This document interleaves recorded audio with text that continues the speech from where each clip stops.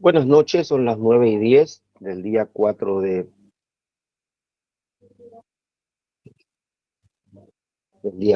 febrero. Y estamos en el tema número 4 de historia. Vamos a hacer un pequeño repaso de lo que se habló ayer, de la segunda parte de ayer, que es desde la independencia, para que afirmemos algunos de los temas. Voy a compartir.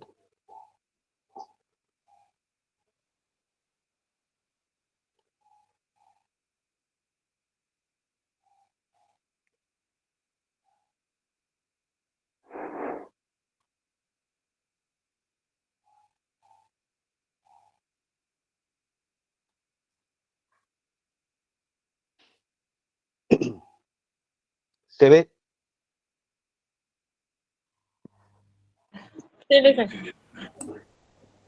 Bueno, muchas gracias. Yo aquí no los puedo ver, solo los escucho, porque solo puedo ver la diapositiva que presento.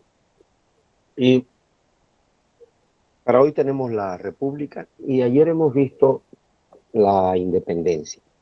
Un pequeño repaso, si tienen alguna duda, vamos a avanzarlo esto pronto.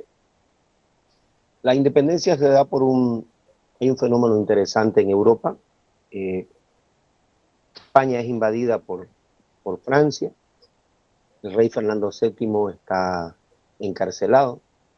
Y en España se crean las juntas de gobierno para gobernarse los españoles, mientras el rey está cautivo, y también para expulsar al ejército invasor francés. Estas juntas de gobierno son personas que se organizan para, mientras se vuelve a instalar el poder anterior.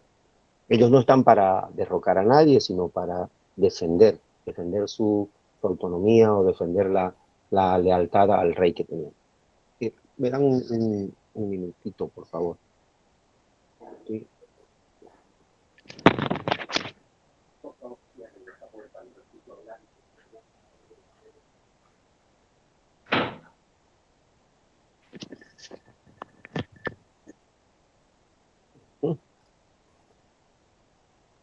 Ahora sí, tenía un problema con una puerta. Y en América también los criollos se organizan en juntas de gobierno para gobernarse mientras el rey está cautivo, mientras el rey está en prisión. Pero también se dan levantamientos acá, aprovechando esas circunstancias, se dan levantamientos en la ciudad de La Plata, el 25 de mayo de 1809, y eso impacta a la ciudad de La Paz, con el líder Pedro Domingo Murillo, el 16 de julio de 1809. Pero estas dos levantamientos, estas dos revueltas fueron rápidamente reprimidos por los ejércitos y la corona española. Pero impactan.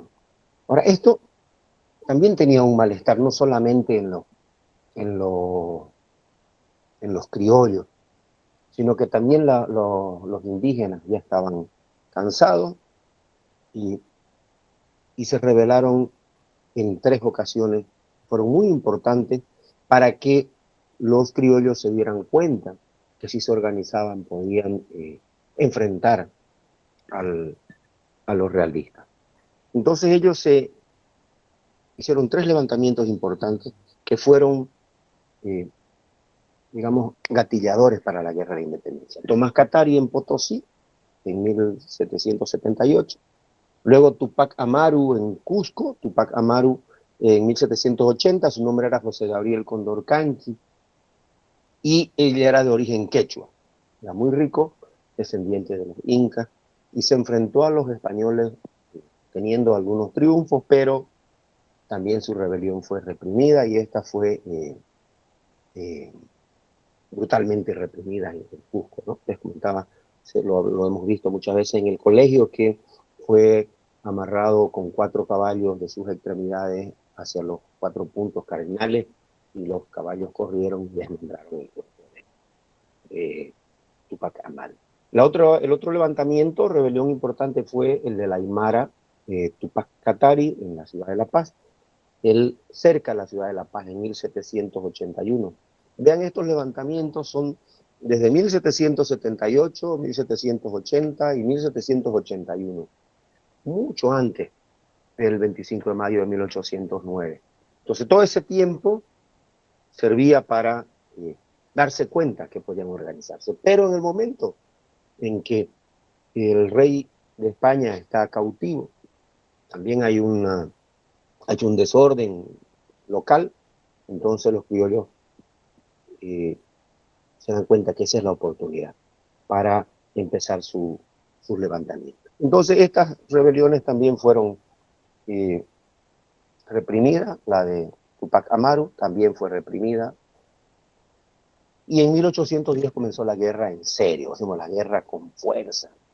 La Real Audiencia de Charcas pertenecía al Virreinato del Río de la Plata, y Buenos Aires, que era su capital, ellos derrocan al virrey Liniers, y se instaló una junta de gobierno. La junta de gobierno, igual, para organizarse, para ver cómo avanzaban con este territorio, con un virrey derrotado. Y desde Buenos Aires salen los patriotas ya con las ideas a difundirlas en todo lo que se llamó la patria. ¿Cómo se difunde eso? ¿Cómo impacta? El 14 de septiembre de 1810 en Cochabamba, lo que ya llamamos nosotros los gritos libertarios. El 24 de septiembre de 1810 en Santa Cruz de la Sierra. El 10 de noviembre del mismo año en Potosí. Y el 12 de noviembre nuevamente en la ciudad de La Plata. Entonces hablamos de centros importantes. La ciudad de La Plata, la ciudad de Potosí, el centro económico, el centro académico, el centro intelectual y la ciudad más poblada, son donde se dan estas rebeliones y estos gritos libertarios. En todas estas regiones, en todos estos lugares se hicieron juntas de gobierno, por supuesto que integrada por los patriotas. Esto no tuvo un éxito ahí mismo, sino que se organizaron, pero el ejército enviado por el virrey del Perú llega y empieza a reprimir a las poblaciones que habían apoyado a los patriotas, y a las ciudades. Entonces ya la guerra se convierte en algo más que enfrentamientos de militares en campo de batalla, sino que ahora se toca a la población civil. Uno de los ejemplos claros dentro de esta guerra de la independencia, que nosotros en Bolivia lo conmemoramos, es el del 27 de mayo, que se da en Cochabamba, en la colina de San Sebastián, ¿no? Las heroínas de la Coronilla son en un homenaje a esas señoras y a esos niños que enfrentaron al ejército realista, es que se hace el Día de las Madres. Porque ya los hombres estaban en otros lados, estaban combatiendo en otras partes, y era imposible defender, que la ciudad se defienda esperando un ejército de patriotas. Entonces las mujeres salen y tienen un enfrentamiento terrible con el ejército realista.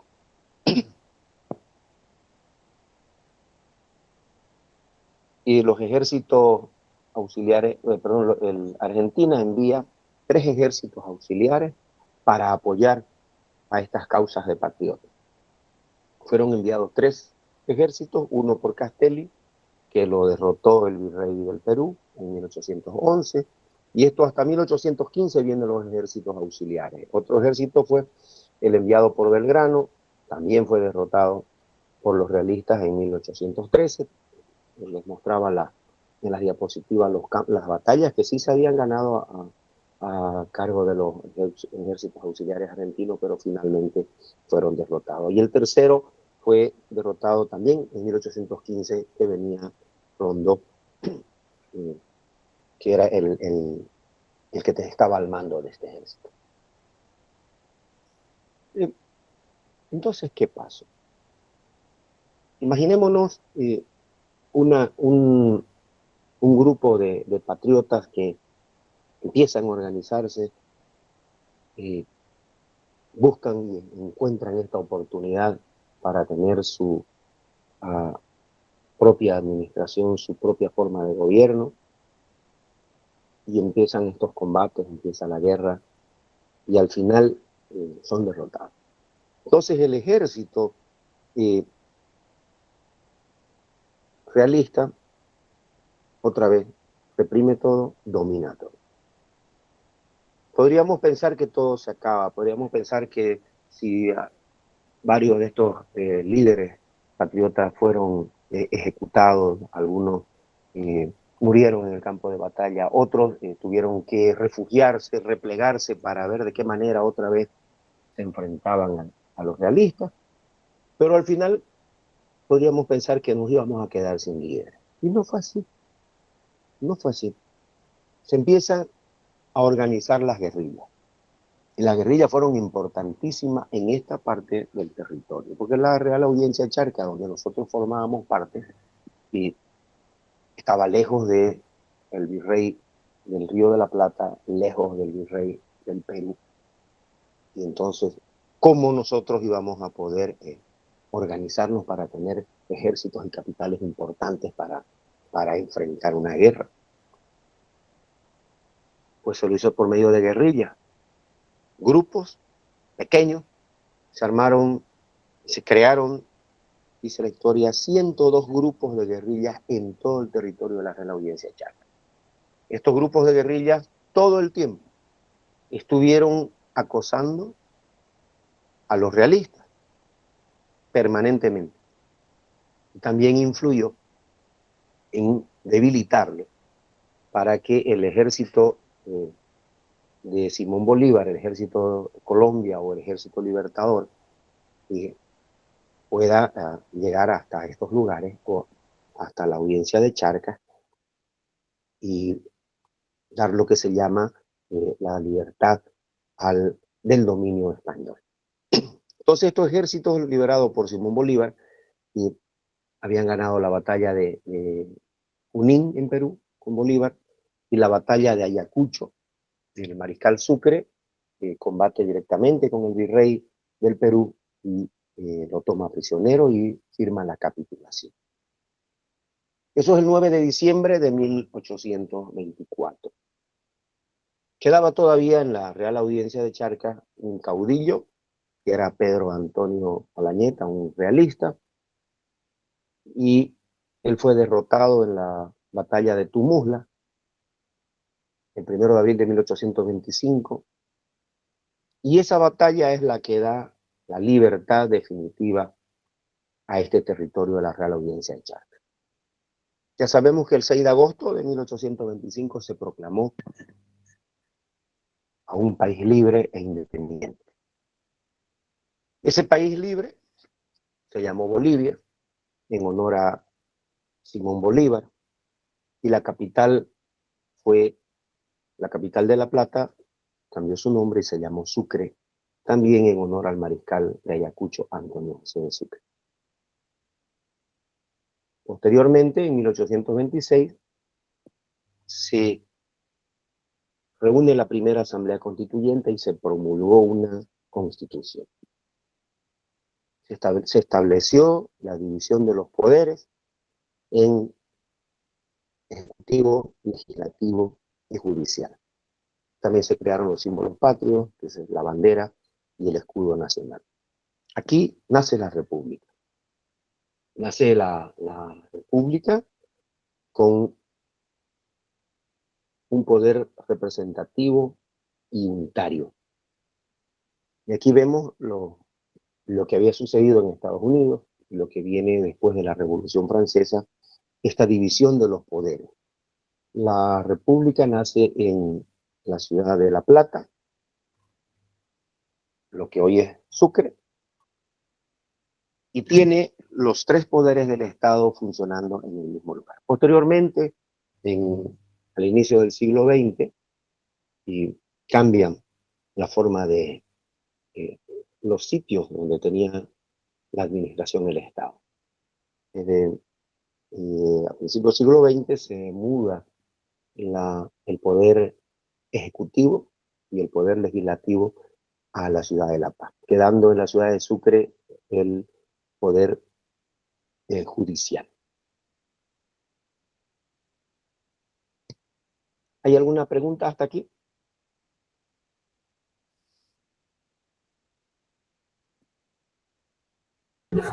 Licenciado, una consultita es que yo escuché hace un tiempo y no sé si estará bien o me mal informé, que a lo que ha pasado en Bolivia cambia de lugar en los órganos, porque más antes me decía que era el judicial, ahora es primero el ejecutivo y luego el judicial. ¿Es así o se mantiene nomás uno solo, una línea sola así? La República de Bolivia y estableció la división de los poderes en tres: ejecutivo, legislativo y judicial. Y con la nueva constitución que tenemos nosotros, promulgada por el presidente Evo Morales, se aumenta, se cambian los poderes. Ya no se llama poderes en la constitución que tenemos ahora. Se llaman órganos. Pero los órganos cumplen la misma función. Tienen el órgano ejecutivo, el órgano legislativo, el órgano judicial, y se incorpora un nuevo órgano que es el órgano electoral. Entonces no se eliminan los poderes, ni la división de los poderes. Bolivia sigue siendo una república unitaria con división de poderes. Es decir, el presidente, que es el que está al mando del poder ejecutivo, no puede entrometerse en lo que hace el poder legislativo o el poder judicial. Actualmente el presidente no tiene las competencias ni injerencias en el órgano legislativo ni en el órgano judicial. Él es el que está al mando del órgano ejecutivo. No sé si le pude responder bien porque había mucho ruido en su, en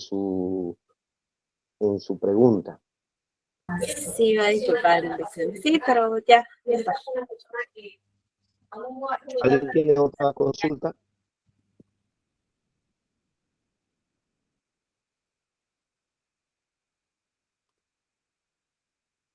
Bien. La República. La República de Bolivia, no nos olvidemos que viene a ocupar el espacio que tenía la Real Audiencia de Charcas. Cuando se forma la República, estaba formada por 6 departamentos. Esos departamentos son La Paz, Oruro, Potosí, Chuquisaca, Santa Cruz y Cochabamba.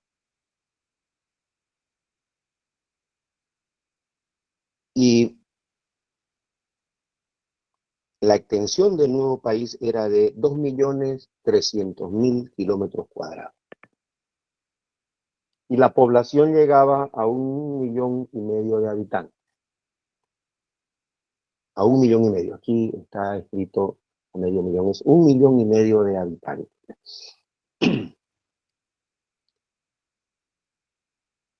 El primer presidente de la República fue Simón Bolívar y el segundo presidente fue el mariscal Antonio José de Sucre. Existe aquí un tiempo desde que se crea la República, desde que el mariscal Antonio José de Sucre, el mariscal de Ayacucho, llega al territorio. Primero llega el mariscal de Ayacucho y después llega Simón Bolívar. El mariscal de Ayacucho es el que convoca a la Asamblea Deliberante, convoca a los diputados, está al mando de todo este lugar que es lo que es Charcas. Y El 6 de agosto de 1825 se proclama la nueva república, el país independiente. Quien está ahí al mando es el mariscal Antonio José de Sucre. Bolívar todavía no había llegado al territorio, pero cuando llega, ocupa el poder, el espacio del presidente de la República y es el primer presidente legalmente.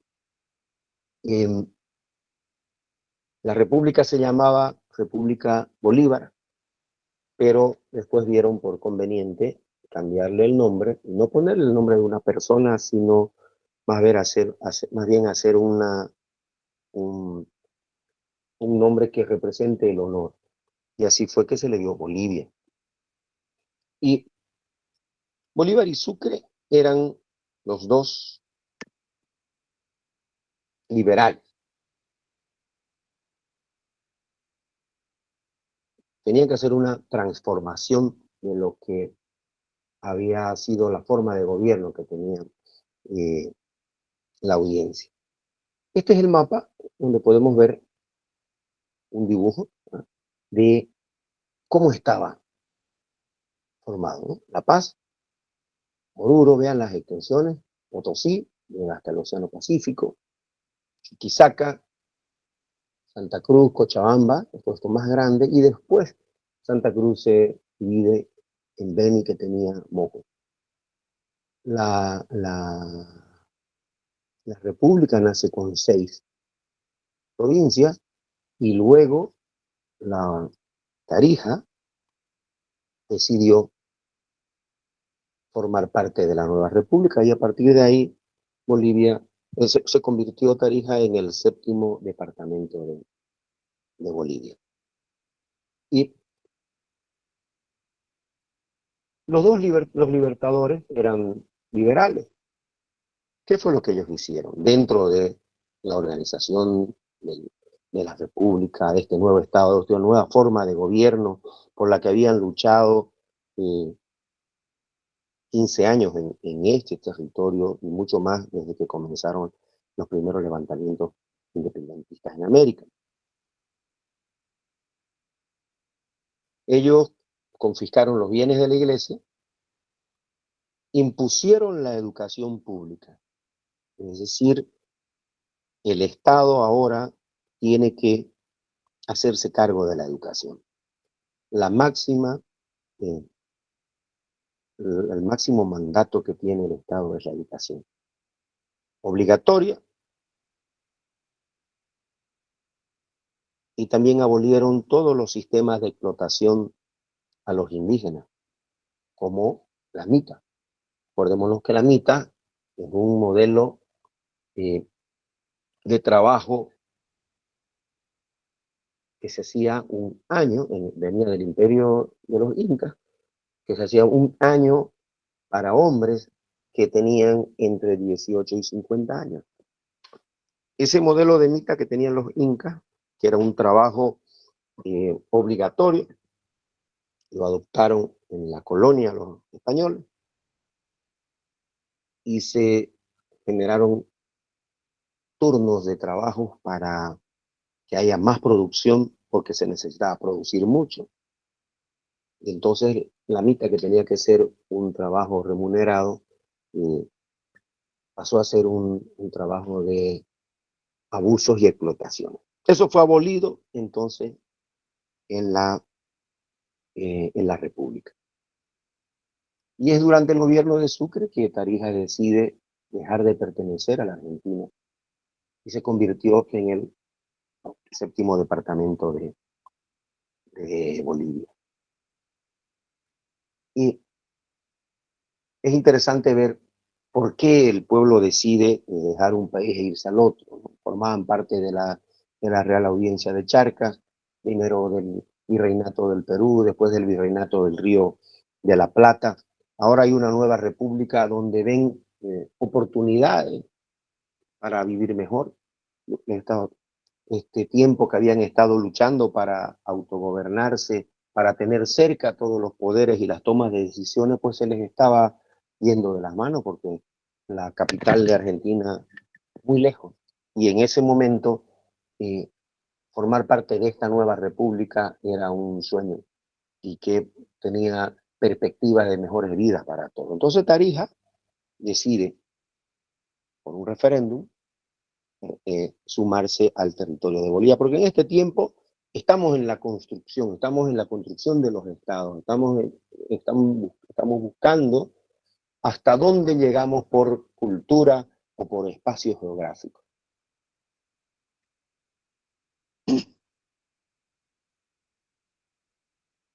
El mariscal Antonio José de Sucre se va de Bolivia y decide retornar a su patria. En ese camino de regreso es asesinado y aquí asume como presidente Andrés de Santa Cruz. Andrés de Santa Cruz estuvo gobernando desde 1829 hasta 1839. Y él gobernó con un modelo conservador y proteccionista. ¿Por qué hizo esto? Bueno, porque el mariscal Andrés de Santa Cruz había sido realista y después pasó a las filas patriotas, como muchos de los grandes héroes de la independencia en el continente. Se habían formado en los ejércitos españoles, habían estudiado muchos de ellos en Europa, y finalmente adoptan y se suman a esta causa independentista. Entonces, Andrés de Santa Cruz tenía este modelo conservador, proteccionista, no liberal como andaban buscando los libertadores Bolívar y Sucre. ¿Qué hace el mariscal Andrés de Santa Cruz? Organizó nuevamente el Estado. Tiene una nueva visión de Estado, promulga una nueva constitución, hay nuevos códigos jurídicos, hay nueva forma de administrar el país para que estos poderes marchen con un nuevo rumbo. Y en el gobierno de Andrés de Santa Cruz se formó la Confederación Perú-Boliviana. Esta confederación duró 3 años. Y posteriormente renuncia Andrés de Santa Cruz y asume el cruceño José Miguel de Velasco. José Miguel de Velasco era un militar, militar de carrera, que había sido también héroe en la batalla de Ayacucho.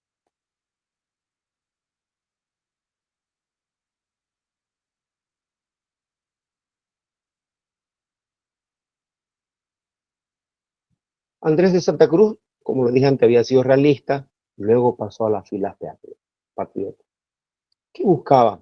Dentro de todos estos años, de toda esa reforma, reestructuración del Estado, buscaba la unión con el Perú. Buscaba ese espacio, ese territorio grande, porque pensaba que había una cultura que ocupaba este espacio. En 1836 forma la Confederación Perú-Boliviana, que estaba integrada por el Estado norperuano, el sur peruano y Bolivia.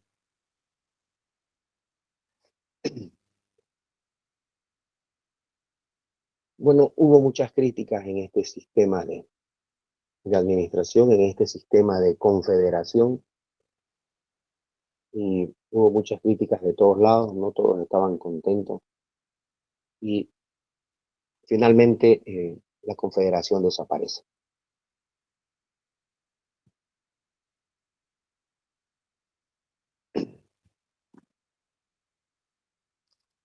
José Miguel de Velasco asumió de presidente y estuvo en varias oportunidades, de 1828 a 1841, y después en 1848. Muchas veces los gobernantes que estuvieron en esta época, en estos tiempos, llegaban al poder porque renunciaba el anterior o por golpes de Estado. Dentro de los temas sí, centrales que sucede en este tiempo, es que el ejército peruano invade Bolivia y fueron derrotados por el general José Vallivian en la batalla de Ingavi el 18 de noviembre de 1841. Esto se llamó la Guerra Perú-Boliviana, Perú-Bolivia, 1841 y 1842. Aquí hubo una guerra, pues, que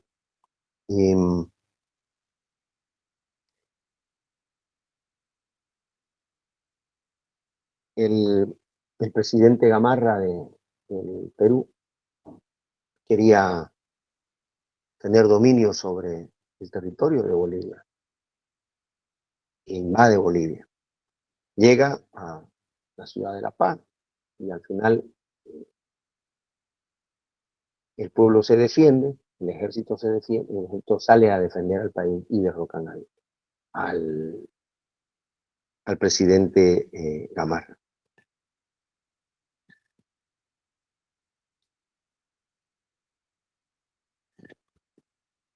Y José Vallivian derroca a Velasco, y dentro de lo que ahí se conoce, que él divide el departamento de Santa Cruz, parte del departamento de Santa Cruz, y crea el departamento del Beni, con la provincia Mojo, como vimos en el mapa anterior.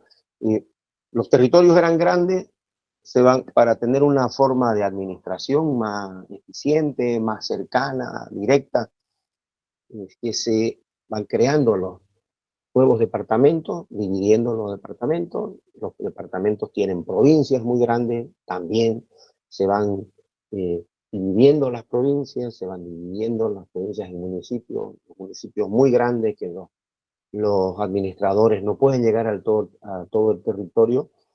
Es necesario hacer nuevas divisiones para tener una mejor forma de gobierno.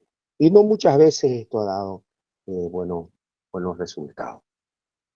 Pero el espíritu es ese.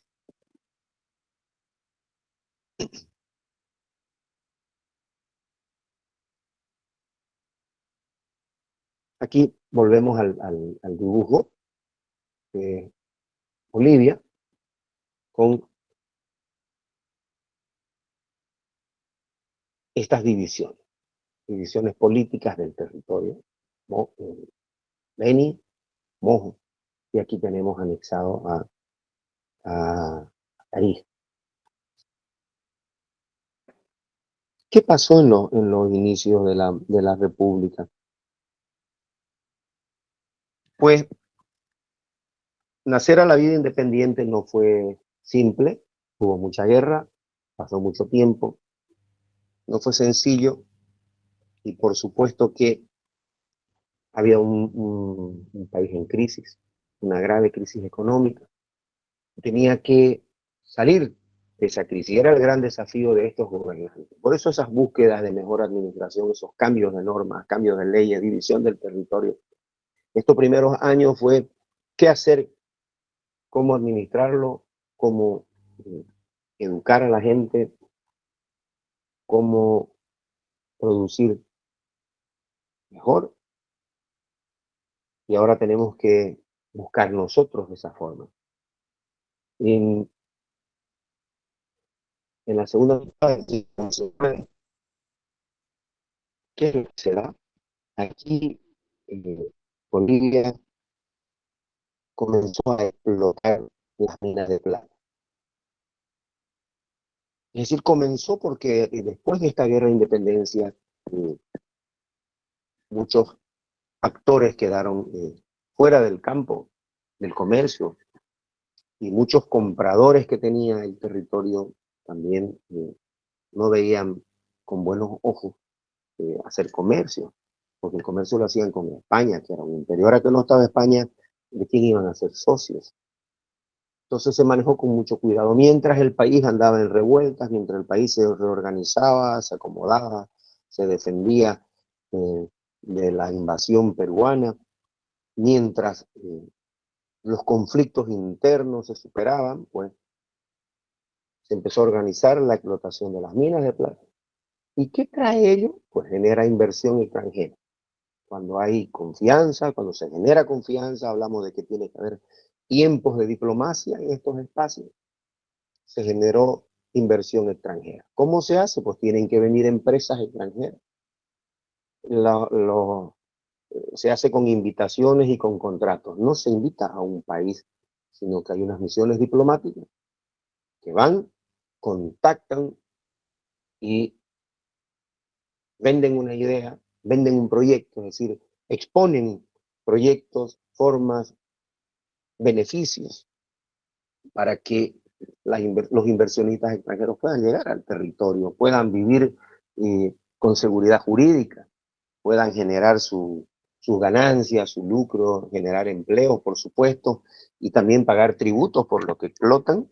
Y con eso es que el Estado empieza a tener oxígeno, empieza a estar mejor, empieza a cumplir compromisos, hacerse cargo de la educación, pagar sueldos, proteger el territorio, modernizar el Estado. Entonces la explotación de la plata fue un gran alivio y fue un progreso para el país. Trae muchos beneficios. Entre los beneficios, construcción de las vías férreas en la zona andina de Bolivia, porque estas vías férreas tenían que integrar los centros de producción y esos ferrocarriles tenían que sacar desde las minas y los lugares de producción todo esto y llevarlo hasta puntos importantes, a puertos importantes para poder exportar. ¿Y a dónde se tiene que ir eso? Pues tiene que ir a Europa. Las vías que teníamos nos vinculaban con los puertos chilenos, y que era por donde se exportaba. Había que salir al Pacífico para exportar. Eh,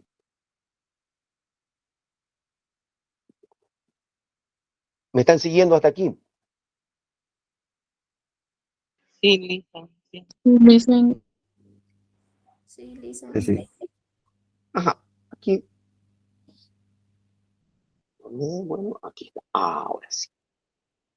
Si vemos esto, este mapa, esto que está con verde es Bolivia. La Paz, aquí esto celeste, el lago Titicaca, al norte con Perú, lago Popó, esto es Bolivia. Esto celeste es el Océano Pacífico. Argentina, Chile más abajo y lo amarillo arriba es Perú. Entonces podemos ver qué es lo que hay. Hay unos puertos, hay unas ciudades, hay unos pueblos, Antofagasta, Mejillones. Nos parecen conocidos estos temas porque lo hemos visto cuando estamos en las clases de historia por la guerra del Pacífico, Tocopilla. Este territorio es Antofagasta, rico en cobre, rico en salitre y rico en fertilizantes naturales como el guano. Entonces, y Chile está acá abajo y tiene sus puertos importantes, por supuesto. Puertos importantes, Arica, en Perú. Puertos importantes para el comercio. Bolivia no tenía puertos importantes.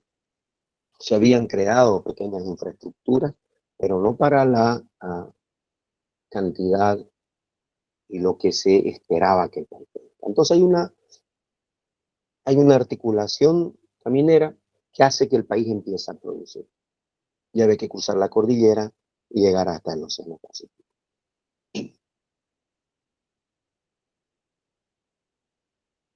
El auge de la plata nos llevaba a exportar por el Océano Pacífico.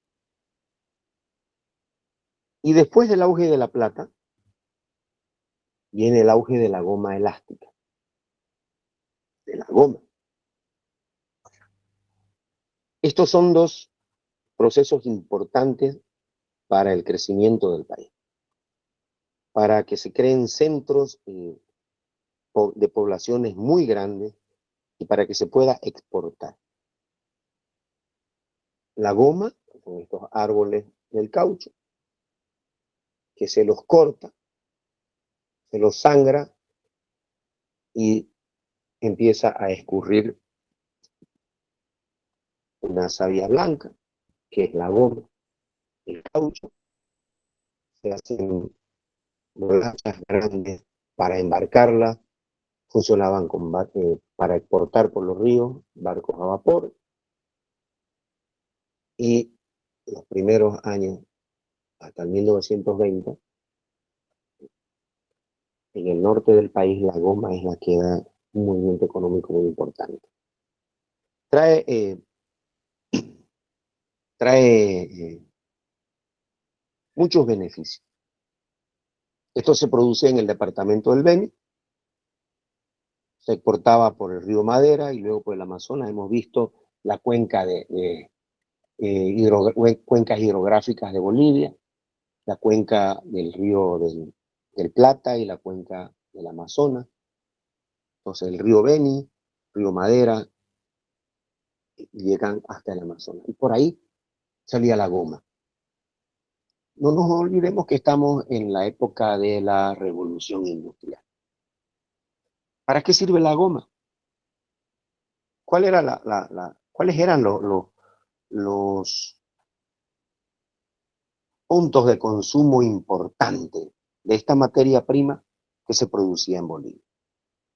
La plata, minerales, salían hacia Europa y la goma, producto natural, montes enormes del caucho. ¿Y esta goma para qué? Se mueven muchísima gente. Cerca de 100.000 personas estuvieron trabajando en la época del auge de la goma elástica. ¿Para qué puede servir la goma en esta revolución industrial? ¿Alguien tiene alguna idea? ¿Para qué sirve la goma? Descubren que hay estos árboles, descubren una ruta de ríos por los que se puede sacar la goma y mandarla a distintos países que estaban industrializándose, que estaban en una competencia en desarrollo industrial. Y tenemos un fenómeno importante dentro de los múltiples usos de la goma elástica, que son las ruedas de los automóviles.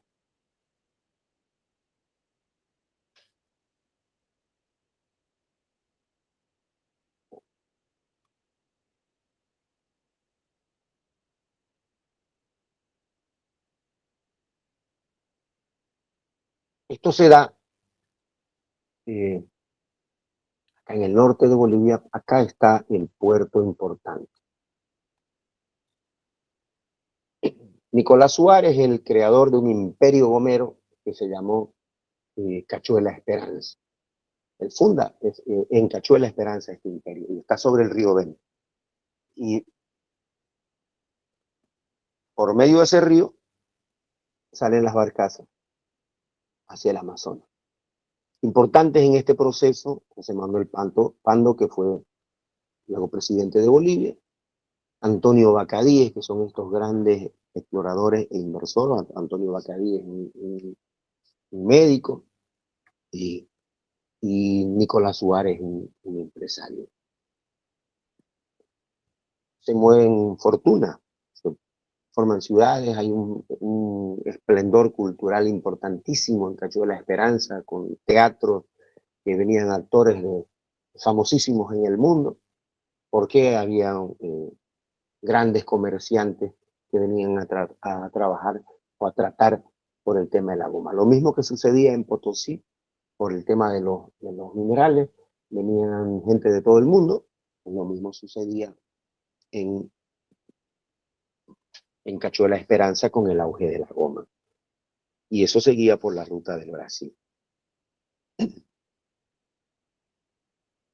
Acá algunos apuntes para que simplemente tener un conocimiento de ello. Hablamos de que la economía de Bolivia, que estaba en crisis cuando nace la República, empieza a activarse por la explotación y exportación de la plata, que trae muchos beneficios: construcción de ferrocarriles, articulaciones y exportación. Y el otro punto importante es el auge de la goma elástica, que se da en norte de Bolivia, en el departamento del Beni, en Cachuela Esperanza.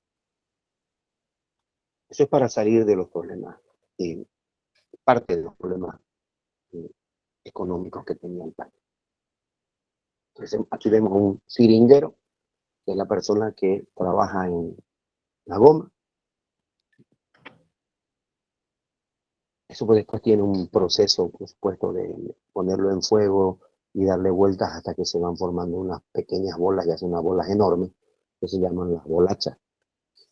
¿Qué es lo que es la explotación intensiva de la goma en Bolivia? Comienza cuando el médico explorador norteamericano Edwin Head recorrió el curso interior del río Beni y él comprobó que el río Beni formaba de un sistema fluvial importante: Madre de Dios, Orton, Mamoré, Madera, y que luego va hacia la cuenca del Amazonas. Esto como una información, ¿no? O sea, llega mucha gente hasta ahí porque existe forma de salir, existe forma de comercializar. El Beni, acordémonos que Bolivia era la Real Audiencia Charcas, antes de ser Bolivia, el centro de producción era minero. Los demás eran pequeños pueblos, pequeñas aldeas que tenían que vivían en una economía de subsistencia y una ganadería para ellos, vivían del cultivo que tenían en su campo, pero era una economía de subsistencia. Entonces el Beni con esto recibe un impulso muy grande. Y antes estaban los jesuitas en toda esta población, fundaron muchos pueblos. Los jesuitas tenían unas comunidades prósperas, autosostenibles, exportaban, tenían un florecimiento cultural importantísimo. Pero después de que los expulsan a los jesuitas, eso baja, les mejora, y no hay quien los apoye con la producción.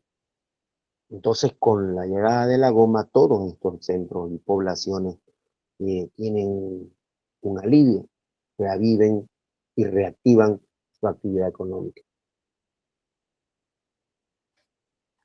¿Qué pasaba acá cuando se produjo este auge de la goma? Y en el caso cruceño, se encontraba pues la economía en una época muy crítica porque se había construido un ferrocarril Antofagasta-Oruro, este ferrocarril que viene desde el Océano Pacífico, lo vamos a ver ahora en la Guerra del Pacífico. Este ferrocarril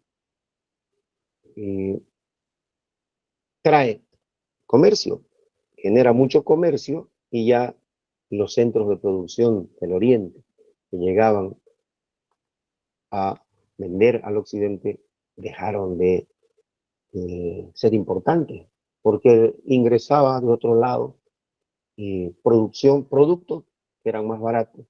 Aquí había que llevar a Cochabamba en animales, ¿no? En mulas, transportarlo por el monte, por la sierra. Entonces, los mercados ya no podían competir y las ventajas que tenían favorecían a los intereses de Perú y de Chile. Se había firmado un tratado comercial después de la Guerra del Pacífico. Entonces estos pueblos estaban sufriendo una crisis económica muy, muy grande. Entonces la goma fue importante, porque es los empresarios cruceños que van a fundar estos pueblos y ellos llevan su economía y se trasladan con toda su familia y hacen empresas y casas comerciales. Y eso es lo que trae un florecimiento económico. al oriente boliviano, sobre todo a la cultura cruceña. ¿Qué pasaba en Bolivia en lo político? Muy inestable, porque había muchos golpes de Estado.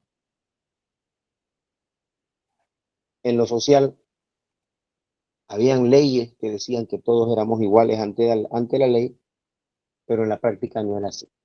Se mantenía la diferencia, y especialmente con la población indígena, muy marcada en las grandes ciudades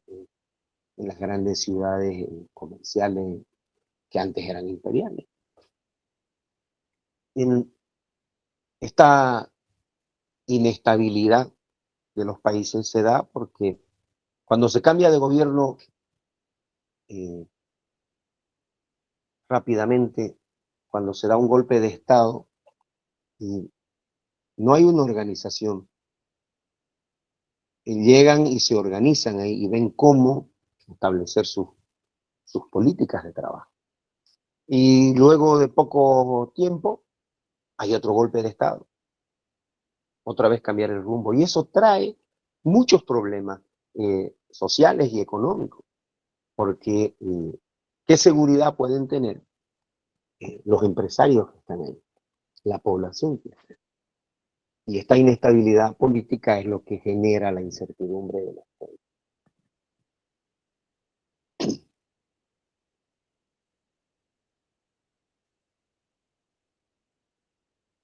Aquí tenemos una idea de esta inestabilidad política. Hasta desde que se crea la República en 1825, hasta la guerra, finalizada la Guerra del Pacífico, vean la cantidad de presidentes que hubo.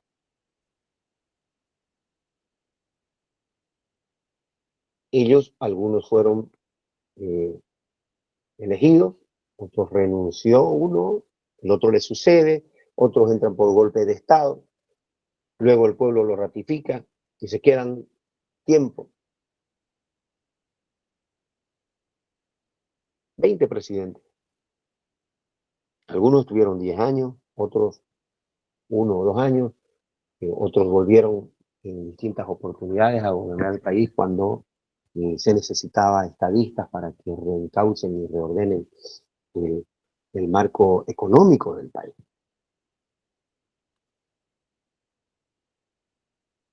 Y luego Bolivia tuvo, aquí les pongo en un cuadro para tener una idea de lo que sucede, pérdidas territoriales importantísimas.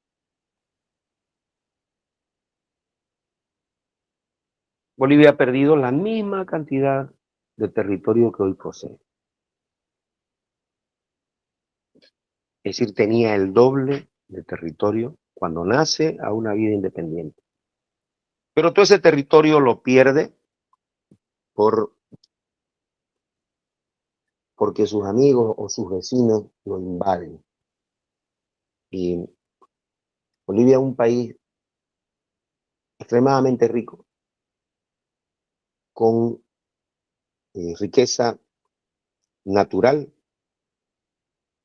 abundante, que es apetecida por sus vecinos. Entonces los vecinos deciden entrarse, deciden ocupar los espacios, violentando tratados, porque la forma de tener un territorio siempre se había estilado que era el que tenía el ejército más poderoso, más grande, más fuerte, invadía al otro y se apropiaba, ocupaba el espacio, y si el otro se defendía, era ocupándolo a muerte. Entonces, Bolivia en estos primeros años, en el siglo de su creación, tuvo que defenderse de sus vecinos. Y en todo ese esfuerzo por defenderse, salió perdiendo. Perdió de dos formas: cedió territorio a los países vecinos, por supuesto, por tratados o por guerra. Los tratados intervienen otros países, intervienen otros otras entidades para que no exista tanto conflicto bélico. ¿Qué pierde Bolivia? Territorios que cede por medio de firmas de documentos. La Puna de Atacama en Argentina en 1829. Fíjense, 4 años después de haberse creado la República.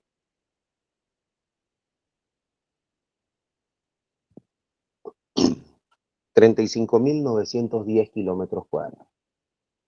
Luego con el Mato Grosso, Brasil, 50.733 kilómetros cuadrados. Parte del Acre con Brasil, ahora vamos a ver en el mapa, pero aquí se los tengo para que lo puedan tener con ayuda a memoria. Parte del Acre también con Brasil, el mismo año, 251.000 kilómetros cuadrados.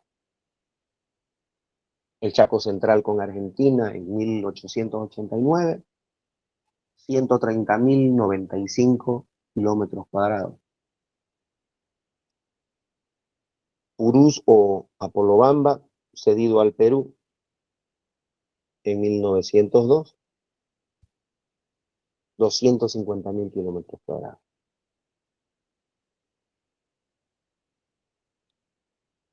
Es una pérdida de territorio inmensa. Los otros estaban ahí encima. Bolivia era un país que nació y tenía que organizarse, tenía que acomodarse, tenía que construirse. Nuestros vecinos estaban ahí, tenían su estructura, tenían sus gobiernos. Cuando se derrocan los virreyes, quedan las estructuras, quedan funcionando grandes empresas. Hablábamos al principio que ahí vivían virreyes, pues, y eran ciudades importantes. Nosotros estábamos muy lejos y dependíamos de las autoridades que estaban muy lejos. Ahora teníamos que organizarnos nosotros. Entonces un territorio desatendido, un territorio sin fuerza militar, sin poblaciones en las fronteras y sin una capacidad económica para sostenerlo, con un índice de analfabetismo muy alto, con una población indígena numerosa que había sido explotada. Entonces era un país rico, pero era un país que significaba la miel para los otros. Tenía todo lo que los otros querían, así que era fácil meterse, pues. Entonces el país supera crisis económica, trata de levantarse por medio del auge de la plata, el auge de la goma, pero en todo este trajín también tiene que defenderse. Veníamos de una guerra muy larga, de guerrilla, poblaciones muy diezmadas. Entonces, enfrentar nuevas guerras significaba perderlo todo. Entonces, por medio de tratados, Bolivia cede territorio. Y también enfrentó 3 guerras desde la creación.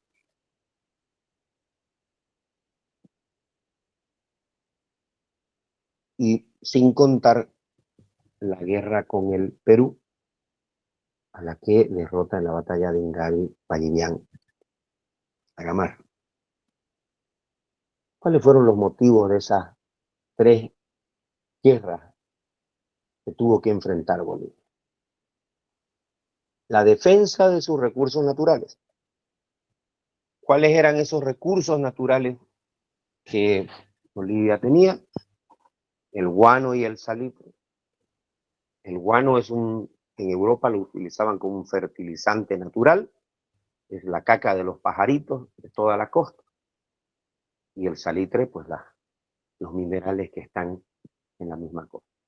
Y luego, la otra guerra se debe a la goma elástica. Esta riqueza que la vimos hace rato fue también causante de una guerra. Y luego tuvimos otra guerra, la guerra del petróleo. La guerra del guano y del salitre es la que conocemos como, por el guano y el salitre es la que conocemos como la guerra del Pacífico. Porque se libera en las costas del Pacífico, del Océano Pacífico. Perdimos el territorio. La goma elástica, el territorio donde está la goma, en el norte del país, el Acre. Perdimos una guerra, perdimos el territorio. Y la guerra por el petróleo, la que se conoce como la guerra del Chaco.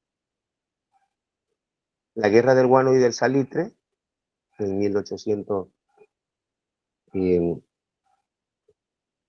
importante, la batalla del Topátere. Esto comienza en 1879, en la guerra del Pacífico con Chile. La guerra de la goma elástica, la guerra de la goma o la guerra del Acre por la goma, la guerra por la goma en el Acre es contra Brasil. Y la guerra del petróleo, por el petróleo, la guerra del Chaco, es contra Paraguay.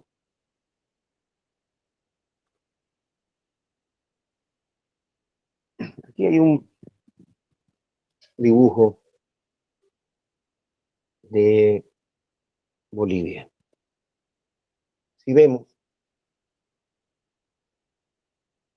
lo que está con este color gris, son las pérdidas territoriales con nuestros vecinos. En 1938, el Chaco con Paraguay, el Chaco Central, 862, pero en 1938 es el del Chaco. La Puna de Atacama, con Argentina. El litoral, la salida al Pacífico, la perdimos en 1904, después de la guerra con el Tratado de 1904. Los Purus, Apolobamba, con el Perú. Y en 1903 perdimos el Acre con Brasil. También hubo una pérdida territorial con el Brasil, que es el Mato Grosso. Que esta tiene una historia distinta, que está asociada al ego y a la ignorancia de los gobernantes. Entonces nuestro país quedó con el dibujo que ahora conocemos.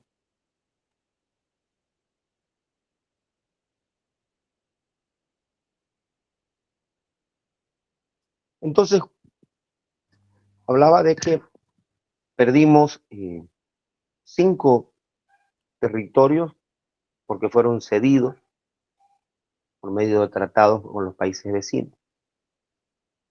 Y tenemos las 3 guerras. La guerra del Pacífico, en 1879 contra Chile, nos defendemos de Chile. La guerra del Acre, en 1902 contra Brasil. El Acre está acá arriba, esto que está del color verde en el mapa. Esto que está con rojo aquí en el sur y que sale hacia el Océano Pacífico, Atacama lo perdemos con Chile en la guerra del Pacífico. Y la guerra del Chaco lo perdemos con Paraguay en la guerra que duró de 1932 a 1935.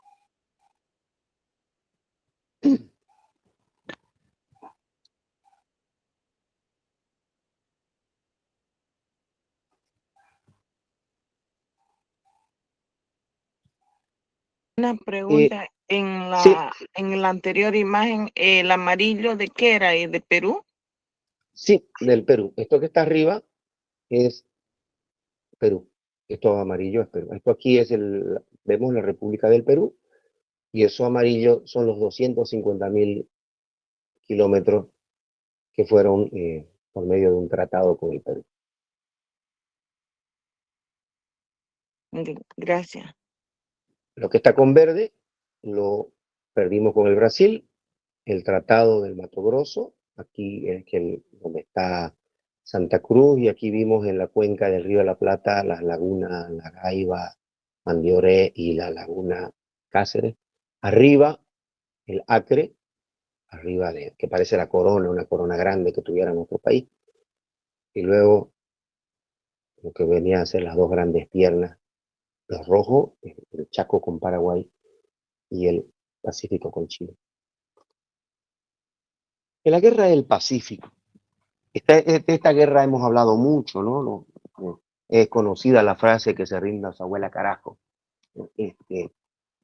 Conocido eso. Y no existe otra frase así contundente en otras guerras como la de Eduardo Avaroa en la Guerra del Pacífico. Pero, ¿qué pasó? En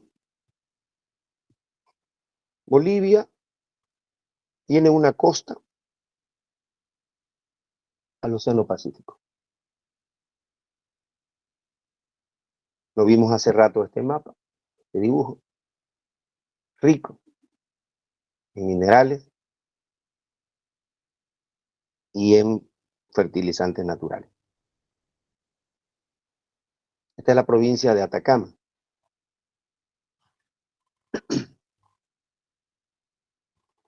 Pero en nuestro territorio no se había desarrollado puertos importantes. Para desarrollar un puerto no es que va a salir una lanchita, hay que crear una infraestructura muy grande por la forma de la costa, por la forma de las aguas, por las mareas, que en muchos casos impiden desarrollar puertos para que lleguen cargamentos, para que nosotros podamos establecer ciudades comerciales y crear una infraestructura en el océano. Entonces eso lleva tiempo y muchos recursos económicos. No era la forma de exportación que tenía la Real Audiencia Charca. Habíamos visto que iba por otro lado, iba por el Perú y luego seguía por Centroamérica, y de ahí salían los barcos con la exportación hacia el puerto de Sevilla, en España. Entonces no había una infraestructura comercial acá. Lo que habían eran poblaciones, pequeños puertitos, pero no era para albergar un comercio como el que un país necesita. Y para que, por supuesto, porque el país necesita, pero que además que le genere seguridad a los países que van a llegar a invertir y a recoger una materia prima o lo que les vendamos, que sean lugares seguros para poder salir con sus productos, con su comercio. Entonces no teníamos eso. Entonces la plata que Bolivia exportaba la hacía por el puerto de Arica. Aquí, vean, aquí. Y Arica está en Perú. En ese momento Arica era peruano, ahora Arica está en Chile, pero en este momento era peruano. Eso es una de las consecuencias de la guerra del Pacífico. Chile sube y ocupa espacios que eran de Bolivia y se queda con territorios que eran del Perú, porque gana la guerra. Y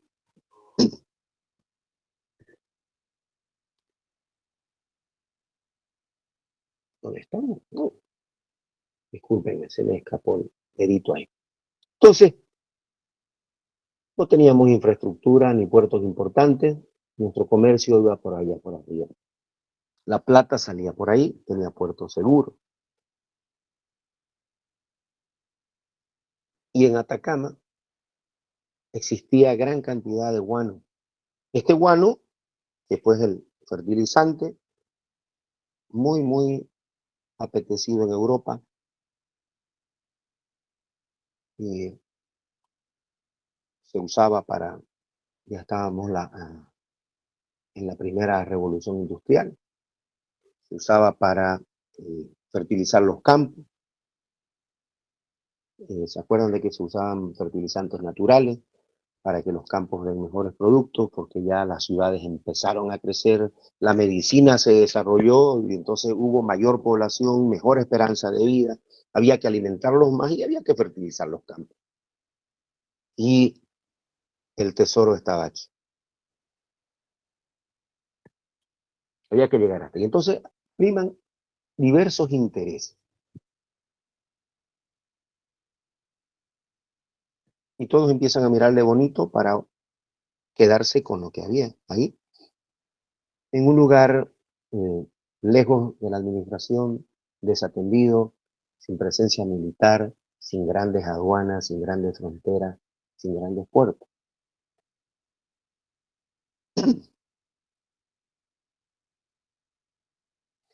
Por supuesto, aquí también se explotaba el salitre. Estos minerales se explotaban.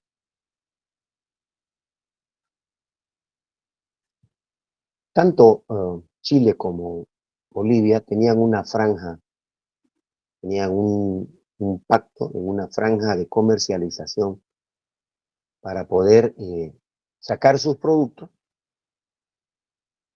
con bajos costos, pagarle poco, o pagar un precio bajo para poder exportar los productos, porque también Chile necesitaba, que tenía inversiones en este territorio, inversionistas extranjeros.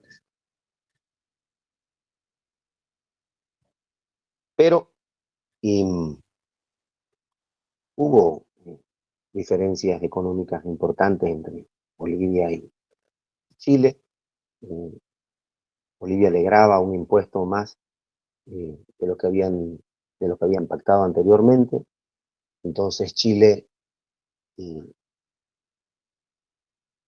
lo que hace es invadir Antofagasta. Tiene una presencia militar importante, un ejército militar poderoso.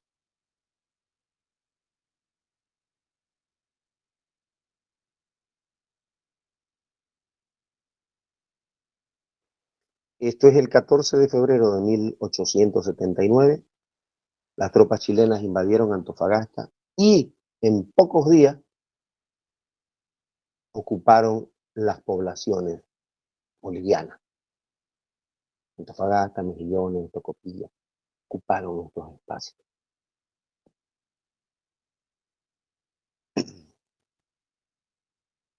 Poblaciones chiquititas, portuarias, pescadores, y un ejército muy grande, muy importante, a ocupar ese espacio porque ellos estaban defendiendo su comercio.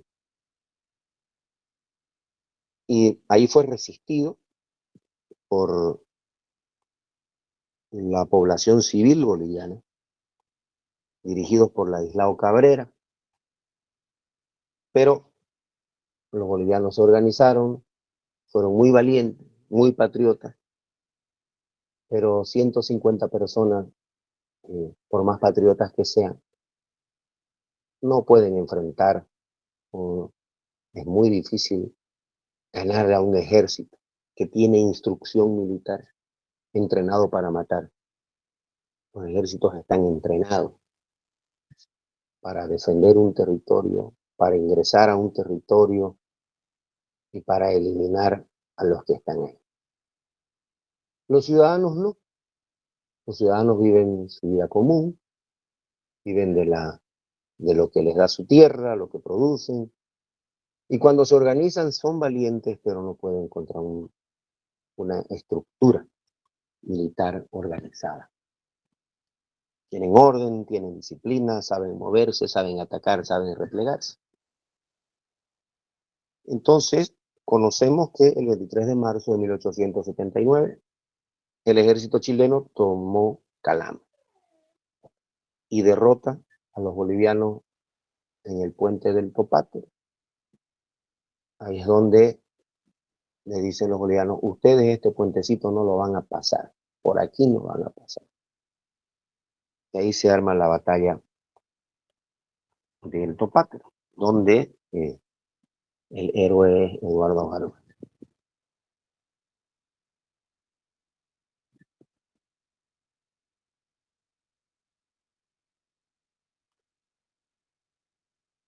El 14 de febrero de 1879, lo comenté esto, lo tenemos para una viva memoria, lo que sucede, ¿no?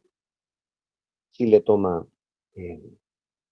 Antofagasta, ocupa las poblaciones en pocos días. El 23 de marzo pasa.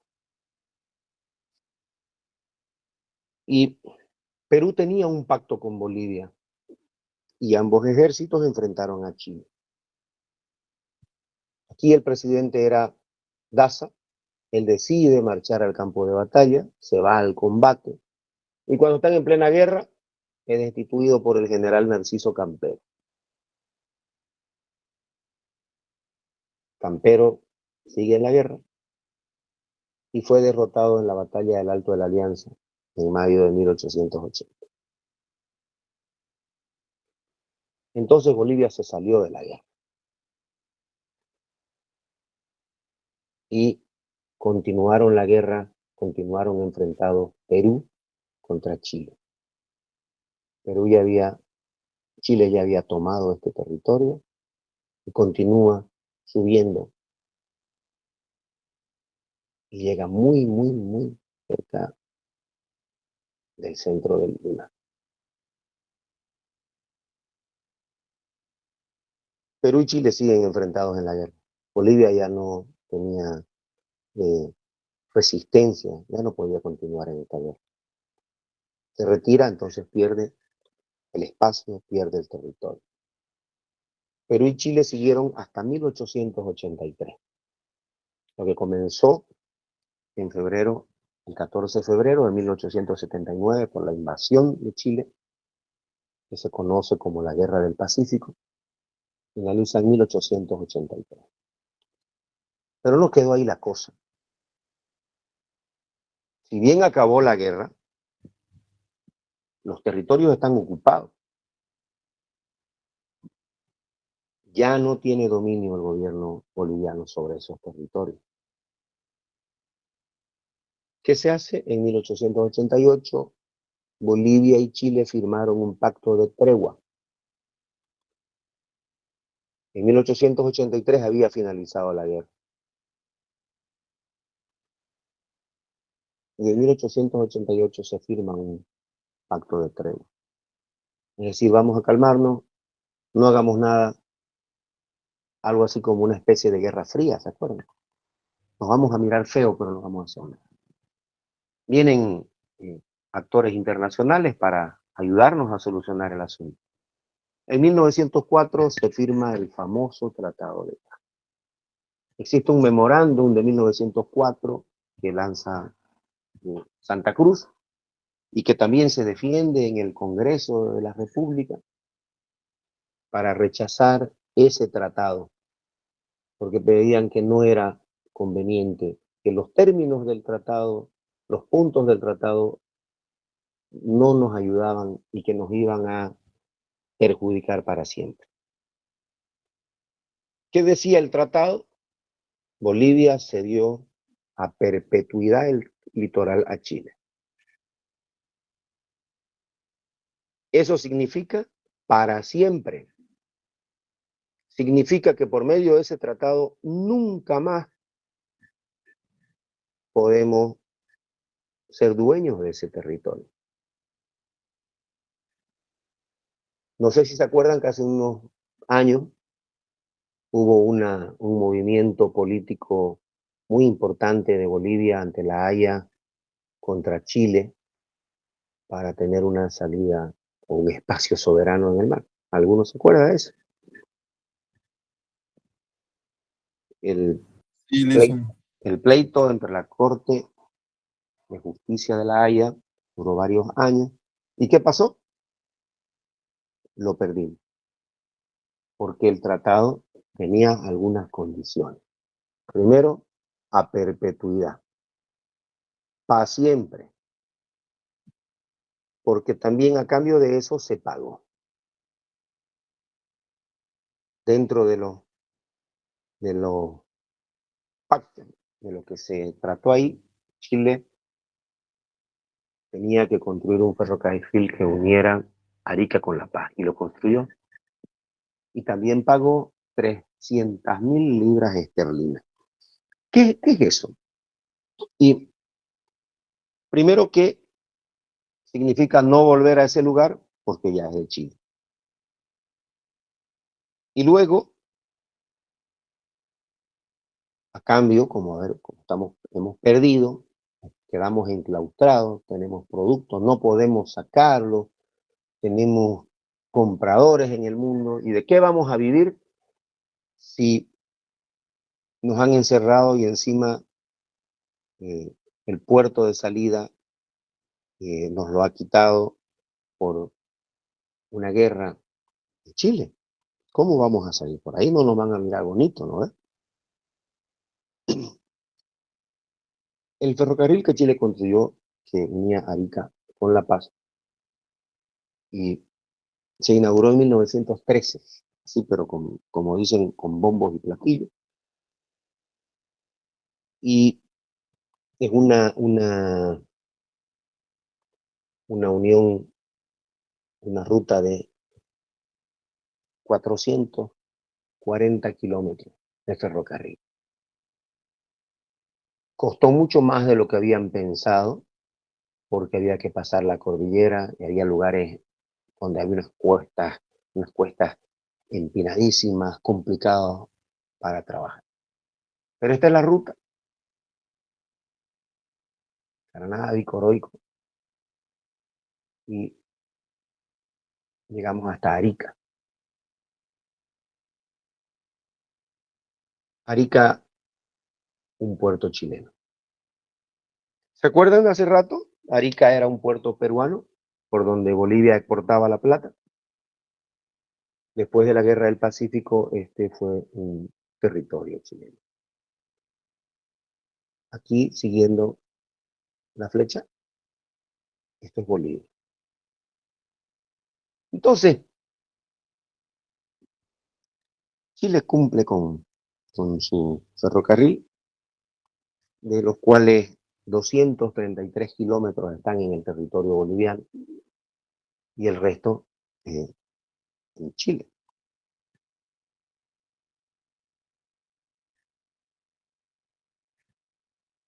Y además Chile pagó 300.000 libras esterlinas. ¿Qué son las libras esterlinas? Solo como información, ¿no?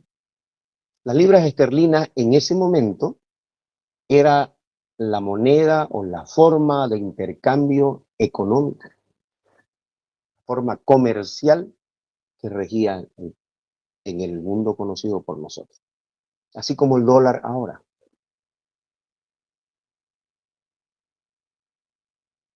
Y haciendo la conversión, esas 300.000 libras esterlinas podrían significar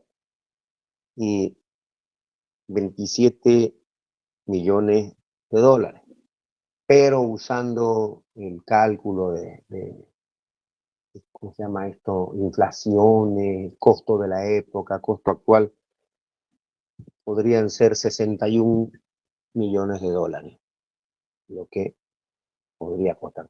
Es invaluable el costo, porque hay unas tasas complicadas para calcular, pero era mucho dinero en ese momento. Una referencia, por ejemplo, es que Bolivia recibe, aparte del ferrocarril, un pago de 300.000 libras esterlinas. Pero el costo de este ferrocarril fue de 1.105.000 libras esterlinas. Es decir, que en moneda, en plata, Bolivia recibió, le pagaron menos de lo que costó la construcción del ferrocarril.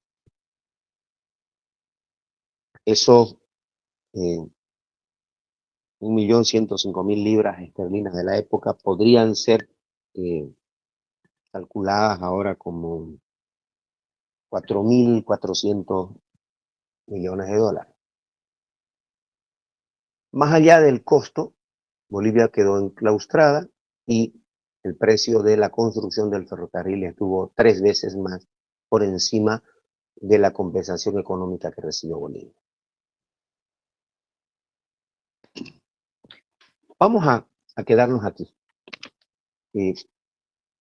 Nos quedan 2 guerras importantes con las que Bolivia perdió territorio, que fueron la guerra del Acre y la guerra del Chaco. Y la guerra del Chaco es la que da el inicio a esta, o sea, después de la guerra del Chaco, porque se defiende el petróleo, perdimos el territorio en el Chaco, pero no el petróleo, y es la que hace la transformación económica y revolución industrial en Bolivia.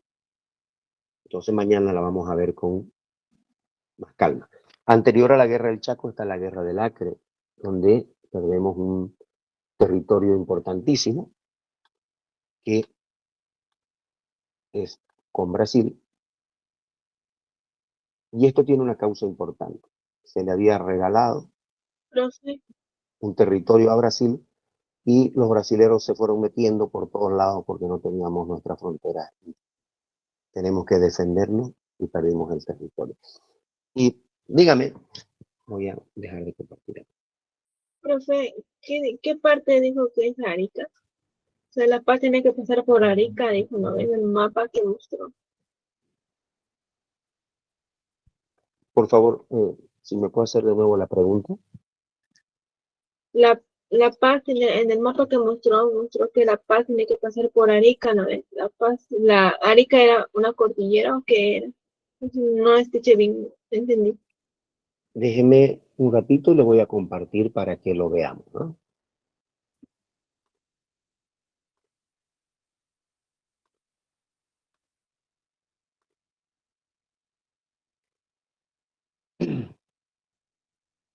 Mire, Arica es una ciudad y un puerto. Era, en la época de la creación de la República, era una ciudad y un puerto importante que pertenecía al Perú, y Bolivia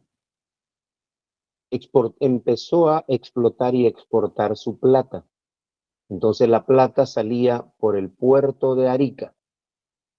Bolivia tenía un tratado comercial con el Perú, entonces podía sacar la plata desde La Paz, desde Bolivia, hasta el puerto de Arica, y del puerto de Arica se iba en barcos a los compradores. El puerto de Arica era un puerto peruano. Luego, después de la Guerra del Pacífico, Chile ocupa este territorio boliviano, ocupa un territorio peruano, y Arica formó parte de Chile. Cuando finaliza la Guerra del Pacífico, se firma un tratado. En 1904 se firma un tratado entre Bolivia y Chile. Se llama un tratado de paz. Se lo conoce como el Tratado de 1904. Dentro de las compensaciones que Bolivia recibió está el que Chile tenía que construir un ferrocarril, un tren, desde La Paz hasta Arica y Arica-La Paz. El tren comenzó a construirse desde Arica y en 1913 se inaugura el tren. Entonces, lo que hay entre La Paz y Arica es un ferrocarril para exportar.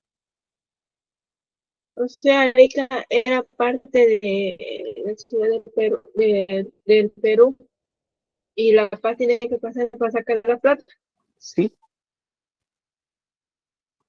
Para Perdón, sacar la que plata, no le entiendo tiene lo de que La Paz. pasar La Paz por Arica para sacar la plata.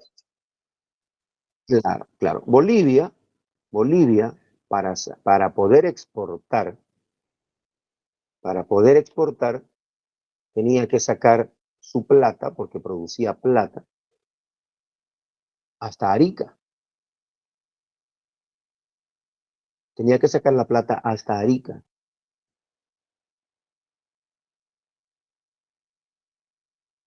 No tenía problema cuando la sacaba a Arica, cuando era territorio peruano.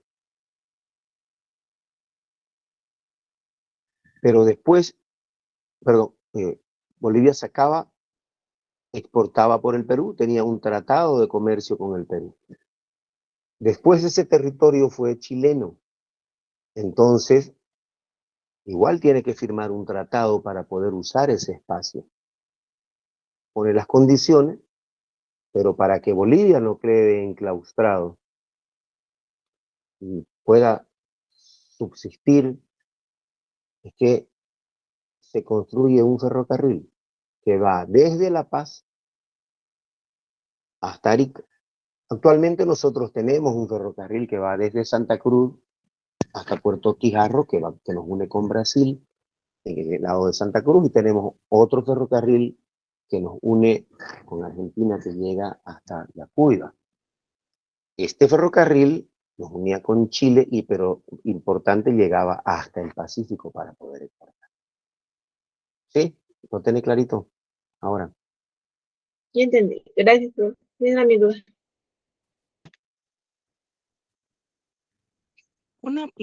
¿Alguien tiene alguna consulta? Una Dígame. preguntita.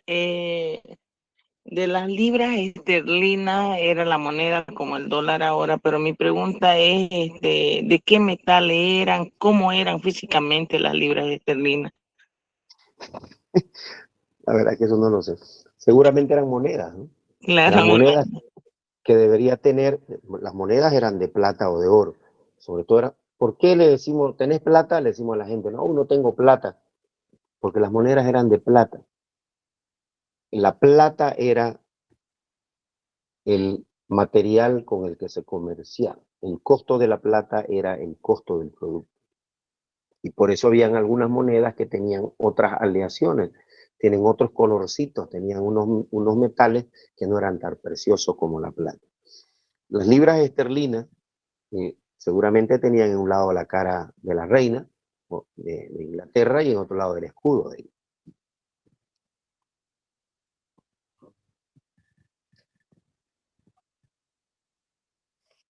gracias, Lice. Porque pues Antes yo mañana por vamos a mi mamá explicarlo. sabía de que habían las monedas de oro, el material oro, no sé si esas serían las libras. Y seguramente las monedas, hubo un tiempo de monedas de oro como soporte. El oro es lo que respalda la creación de moneda. Es un material demasiado costoso como para que uno lo tenga para una transacción normal. Seguramente eran aleaciones que generaban esa forma, ese color. Pero nosotros no producíamos oro.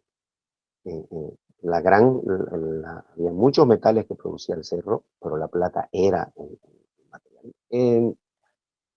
Se usaba mucho las libras esterlinas en todos los comercios, pero no, la verdad que no, yo desconozco en este momento el material con el que se hacía. Seguramente pues la gente que le llegaba una moneda de oro, uno la guardaba, ¿no? Imagínense que ahorita no, una moneda de oro. La cambia.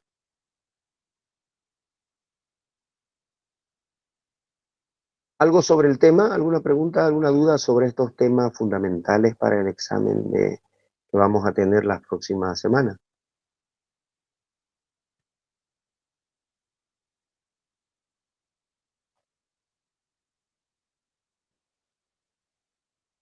¿Alguna consulta? ¿Alguien más? Son las 8:45 de la noche. Vamos a finalizar la clase, el tema 4. Mañana todavía vamos a seguir y vamos a finalizar el